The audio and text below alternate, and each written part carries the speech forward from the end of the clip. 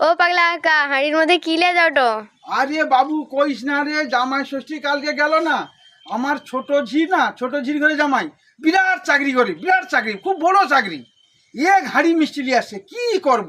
যাও বিক্রি করে দিলে, যাও 2 কিলো বেগুন কিনা তো খাইতে পারবো। ওই জন্য বিকতে আসছি হারকিন লিয়া। কাউকে কইবুনি, সন্ধ্যাবেলা বাড়িছি তো, ওই জন্য কাউকে কইবুনি, বুঝছু? আর তোনে মিষ্টি নেবু, 10 টাকায় 5টা রাজবো, 10 টাকায় 5টা রাজভোগ দিব। কে নেবু? নেবু নাকি?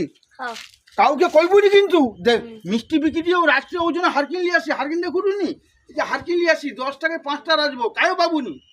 এ শুধু পচা মানে জামাই লিয়ে আসলো রাত্রে, ওই জন্য বিকতে আসি। কাউকে কইবুনি। পয়সা আছে না? কালকে দেবো, কালকে পয়সা দেবো। আচ্ছা, তুই এক প্যাকেট পয়সা কাল নগদ দিয়ে দেবো কিন্তু কালকে, আজকে দিয়ে যাইছি।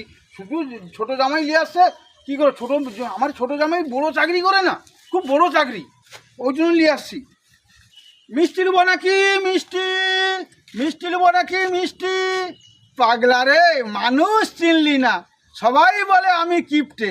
এরা নিয়ে যাচ্ছে টক মিষ্টি 10 টাকায় 5টা, কম দাম বলিয়া। এনে খুব চালাক লোক না, আমি একলা কিপটে।